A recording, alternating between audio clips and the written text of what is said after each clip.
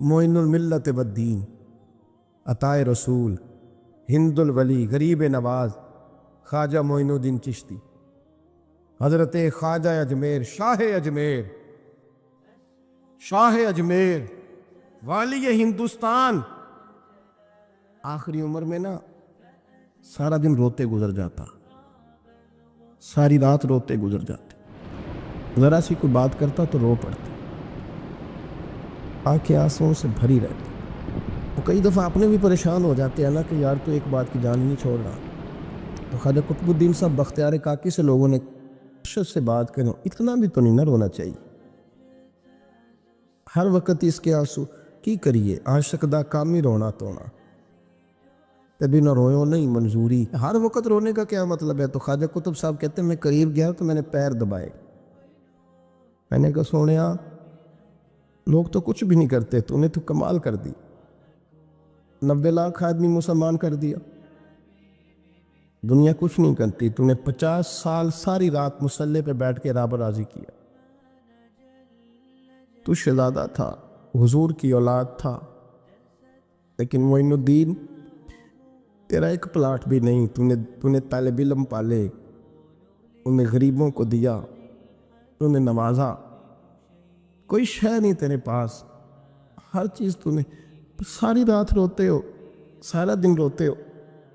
خواجہ قطب الدین صاحب کہتے ہیں میں نے جب عرض کیا تو خواجہ صاحب مجھے گلے لگا لی، چیخ مار کے روئے، کہنے لگے قطب الدین پتر داڑھی سفید ہو گئی، جانے کا وقت آ گیا، جو تو نے نیکیاں گنوائی ہیں وہ ہیں صحیح میرے پاس، پر یار کی بارگاہ میں پیش کرنے کے قابل ایک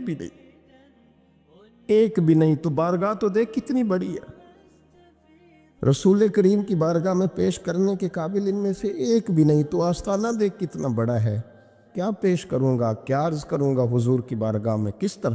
وہ یار جو بڑے تھے وہ تو ڈرے ہوئے تھے، سہمے ہوئے تھے، وہ تو بڑی بڑی آزمائش میں تھے، لیکن میرا اور آپ کا رٹا 2 نمازیں پڑھ کے 6 نمازوں کا دعویٰ کرنا اور لمبی چوڑی کہانیاں بنانا اور اپنے منہ سے اپنی تعریفیں کرنا، اس سے تھوڑا باہر آئیں۔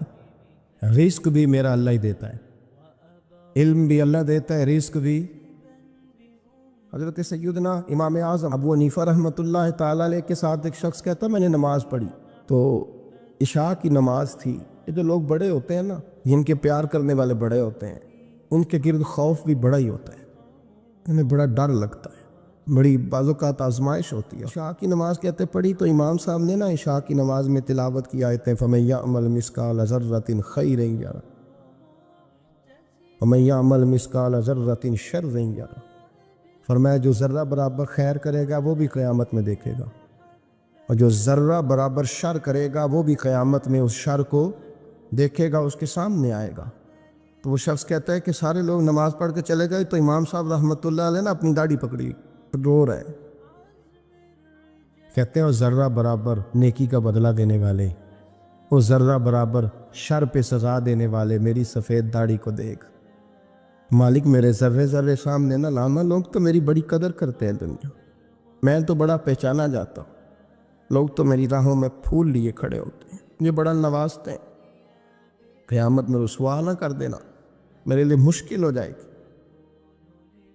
وہ کہتے ہیں میں نے امام صاحب کا درد دیکھا، مجھے کوئی کام تھا تو میں چلا گیا، میں نے کہا کہ وہ اس وقت اللہ کے حضور حاضر ہیں تو میں دوبارہ آؤں گا۔ کہتے ہیں میں تہجد کا وقت آیا تو امام صاحب وہیں بیٹھے تھے اور ان کی داڑھی آنسوؤں سے بھری ہوئی تھی اور زور سے داڑھی پکڑی ہوئی، کہنے لگے مالک رسوا نہ کر دے، قیامت میں رسوا نہ کر دے۔ یار جو ہدایت یافتہ لوگ تھے وہ تو ڈرے ہوئے تھے، وہ تو سہمے ہوئے تھے، وہ تو کہتے تھے یہ اس کا فضل نہیں، اس نے بلا لیا، یہ اس کا کرم نہیں۔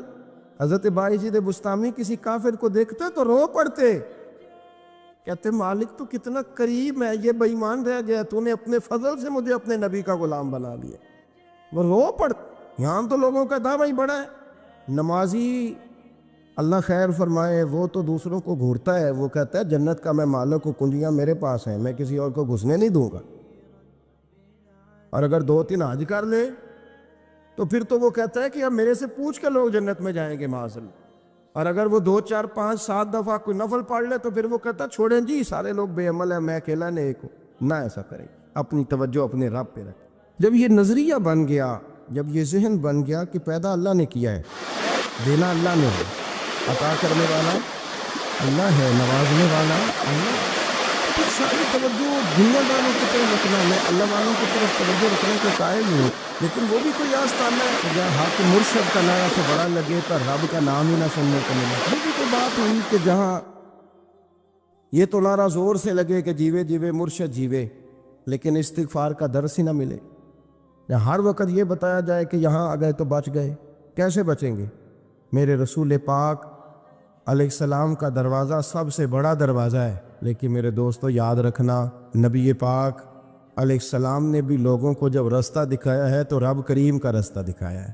میرے رسول کریم سید عالم صلی اللہ تعالیٰ علیہ وسلم نے لوگوں کی اللہ کی جانب توجہ کرا۔ یہ بات کو اچھے طریقے سے سمجھیے گا، علم اللہ تبارک و تعالیٰ عطا کرتا ہے تو اسے اللہ کی عطا ہی سمجھنا چاہیے۔ کچھ لوگوں کے پاس علم ہوتا ہے پر علم نافع نہیں ہوتا، وہ ٹانگ ٹوئیاں مارتے رہتے ہیں ساری زندگی۔ علم کو اللہ کی عطا سمجھیں، اپنی عقل پر اپنے شعور پر زیادہ بھروسہ نہ سمجھیں، نظر اللہ پہ رکھیں۔ حضرت مولا علی شیر خدا کرم اللہ تعالی وجہہ الکریم سے کسی نے پوچھا تھا بڑا عالم کون ہوتا ہے؟ ہمارے ہاں تو اب وہ والے عالم پائے جاتے ہیں نا، اللہ ماشاءاللہ، جو ممبر پہ بیٹھتے ہیں تو دعوے ہی دعوے، اس طرح کے عالم ہمارے ہاں پائے جاتے ہیں، وہ ہر بات میں دعویٰ کرتا ہے۔ یہ مزاج علماء کا نہیں۔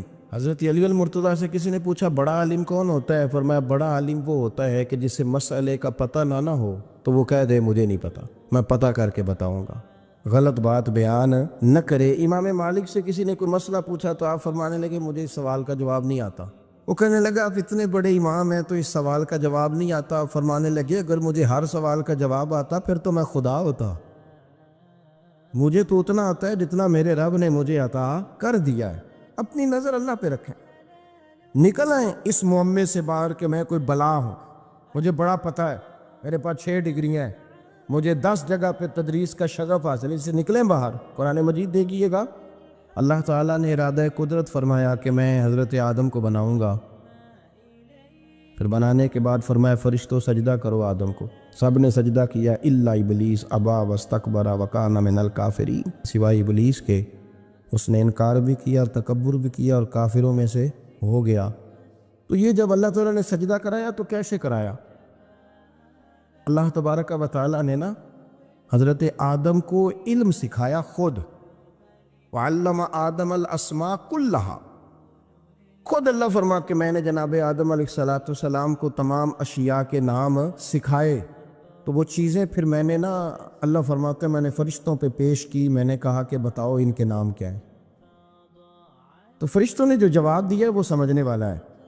اللہ نے چونکہ خود علم سکھایا تھا حضرت آدم کو، لیکن فرشتوں کو نہیں سکھایا تھا، تو اللہ کریم نے فرمایا فرشتوں اب یہ بتاؤ ان چیزوں کے نام کیا ہیں؟ تو فرشتے کیا کہتے ہیں؟ فرشتے عرض کرتے ہیں قالوا سبحانک لا علم لنا۔ آپ کبھی یقین کریں اس چیز کی لذت لیں تو مزہ آ جائے، کہا قالوا سبحانک، کہنے لگے تو پاک ہے۔ آدم علیہ السلام کو نام سکھا لیے، پھر فرشتوں کے سامنے وہ چیزیں پیش کر کے کہا ان چیزوں کے نام بتاؤ، تو فرشتے کیا کہتے ہیں؟ کہتے ہیں قالوا سبحانک، تو پاک ہے، لا علم لنا، ہمارے پاس کوئی علم نہیں، الا ما علمتنا، ہمیں تو اتنا پتہ جتنا تو نے ہمیں سکھا دیا۔ اور یہ کیوں تو نے ہمیں جتنا سکھایا اتنا پتہ ہے؟ فرشتے یہ نہیں کہتے یا اللہ تو زیادہ سکھا، آدم کو دیا تو ہمیں بھی دے، یہ نہیں فرمایا، فرمایا انک انت العلیم الحکیم، اے اللہ تو علم والا بھی ہے اور حکمت والا بھی ہے، تجھے پتہ ہے کس کو کتنا دینا ہے، جتنا تو نے مناسب سمجھا جناب آدم کو دیا، اور جتنا تو نے بہتر سمجھا وہ تو نے ہمیں عطا فرمایا۔ میرے عزیز، علم اگر آپ کے پاس ہے تو اس کو اللہ کی عطا سمجھی۔ ہمارے ہاں بہت سارے لوگ بن کے بیٹھ جاتے ہیں، میں اکثر کہتا ہوں کہ پھر وہ دعوے کرتے ہیں میرے علاقے والے جاہل ہیں، میرے شہر والے جاہل ہیں، میرے خاندان والے پڑھے نہیں۔ یہ آپ کا دعویٰ ہے، یہ آپ کو خراب کر دے گا۔ ہم نے بہت سارے ایسے لوگ دیکھے جو بہت بڑے عالم تھے، لیکن اللہ جب لینے پہ آیا تو عقل ہی لے گیا، شعور ہی چلا گیا، حافظے ختم ہو گئے۔ آپ دیکھتے ہیں بڑھاپے میں کچھ لوگ ایسے ہوتے ہیں کہ جن کو یہ بھی یاد نہیں رہتا کہ میرا نام کیا ہے، میں کہاں ہوں، مجھے کدھر جانا ہے۔ اس وقت سے اللہ کی پناہ مانگیں اور اپنی نظر اپنے رب کریم کی جانب رکھیں۔ علم کے بعد ایک چیز آتی ہے جس کا نام ہے ہدایت، جس کا نام ہے تقوی، جس کا نام ہے پرہیزگاری، جس کا نام ہے عمل، عبادت، ریاضت۔ یہ بھی اسی وقت ہی نصیب ہوتی ہے جب میرا رب کریم نصیب فرما دیتا ہے۔ ہم نے نا نیکی کا اپنا اپنا سٹیٹس بنا لیا ہے، اپنا اپنا معیار بنا لیا ہے۔ کچھ لوگ کہتے ہیں کہ جناب مسجد میں سیمٹ کا توڑا دینے سے بہتر ہے کسی غریب کو آٹے کا تھیلا دے دو۔ اب اس نے اپنا مزاج بنا لیا نا نیکی کا، اس نے اپنا سٹیٹس بنا لیا۔ میرا یہ سوال ہے کہ نبی پاک صلی اللہ تعالیٰ علیہ وسلم جب مدینہ شریف آئے تھے تو حضور نے سب سے پہلے غریبوں میں آٹا تقسیم کیا تھا کہ سب سے پہلے مسجد بنائی تھی؟ کیا عجیب لوگوں کا رنگ ہے، اپنی مرضی کی ہدایت، اپنی مرضی کا تقوی، اپنی مرضی کا معیار۔ مسجد کوئی بڑا چھوٹا خطیب بھی میری طرح کا ہو نا تو وہ مسجد میں بیٹھ کے جب نبی پاک کی بات کرتا ہے تو کہتا ہے میرے رسول پاک غریبوں کا سہارا بن کے آئے۔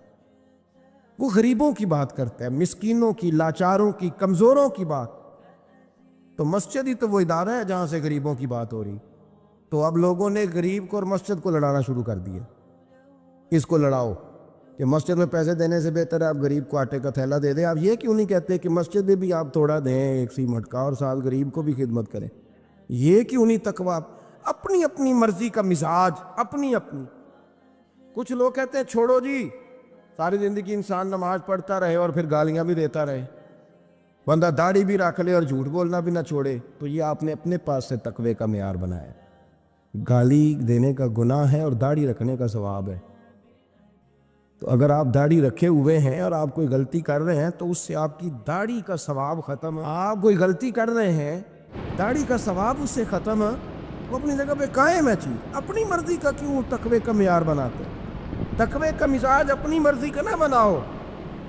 اللہ کی بارگاہ سے دعا مانگو کہ یا اللہ ہمیں ہدایت کا نور عطا فرما۔ انسان نہ سینے میں دل رکھتا ہے تو دل دھڑکتا ہے، تو کسی نہ کسی چاہت میں دھڑکتا ہے۔ وہ کسی نے کہا تھا کہ درد اگرچہ جان گزل ہے، کیا کرو دل ہے۔ غم عشق کا در نہ ہوتا تو غم روزگار ہوتا۔ چلو عشق کا غم نہ صحیح، روزی روٹی کا ہی صحیح، دل میں غم ضرور رہتا ہے۔ کوئی نہ کوئی طلب انسان کی طبیعت میں، دل میں چاہت ہمیشہ موجود رہتی ہے۔ کچھ لوگ اس بات کو مانتے ہیں، کچھ نہیں مانتے۔ کچھ لوگ شہرت سے پیار کرتے ہیں، ماننے کو تیار نہیں ہوتے۔ کہہ دیا جائے نا کہ میں وہاں بھی گیا تھا، لوگ آپ کا ذکر کر رہے تھے تو ان کا دل ٹھنڈا ہو جاتا ہے۔ کچھ لوگ تعریف سے محبت کرتے ہیں، اللہ معاف کرے جب تک کوئی دو چار لوگ خوش آمد نہ کریں ان کی طبیعت ٹھیک ہی نہیں رہتی ہے۔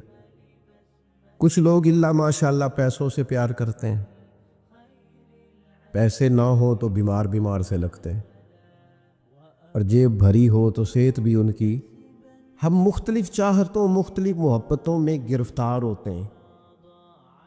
بعض محبتیں بڑا نقصان کرتی ہیں، انسان کے باطن کو اجاڑ دیتی، اس کی روح کو میلا کچیلا کر دیتی، اس کے روحانی مسائل میں نہایت نقصان دہ ثابت ہوتی ہے۔ نبی پاک صلی اللہ تعالیٰ علیہ وسلم کی حدیث، اس پر نبی پاک علیہ السلام نے فرمایا دنیا کی محبت یعنی ہرس کے ساتھ ہو، لالچ کے ساتھ ہو، جائز ناجائز کی پرواہ کے بغیر ہو، دنیا کی محبت، مال دنیا کی محبت، حضور فرماتے ہیں یہ ہر برائی کی جڑ ہے۔ جب کسی شخص کو پیار ہو جائے کہ میں نے پیسے ہی جمع کرنے ہیں، دولت اکٹھی کرنی ہے، مال ہی جمع کرنے ہیں، جب اس کا یہ ذہن بن جائے تو پھر وہ کسی چیز کی پرواہ نہیں کرتا۔ اسے حقوق ضائع ہوتے نظر آئیں تو ہوتے رہیں، یتیموں کا مال ہے کہ غریبوں کا مال ہے کہ زکوٰۃ کا مال ہے کہ خیرات کا مال ہے کہ کس چیز کا مال ہے، کسی شرعی پابندی کا لوگ خیال نہیں کرتے۔ غلبہ جو کر گئی دنیا کی محبت، یہ دنیا کی محبت جس طرح ہر بیماری کی جڑ ہے، نقصان کرتی ہے۔ ہمیں اپنے آپ سے پوچھنا چاہیے، سوال کرنا چاہیے کہ دل کیا چاہتا ہے دراصل۔ یہ سینے میں ہے، دھڑکتا ہے، تو بنیادی طور پر صبح سے شام تک اس کی طلب کیا ہے، اس کی چاہت کیا ہے، یہ ہمیں دیکھنا چاہیے نا۔ جس طرح دنیا کی محبت تباہی پیدا کرتی ہے نا، اسی طرح اگر محبت ہو جائے نا اللہ رسول سے،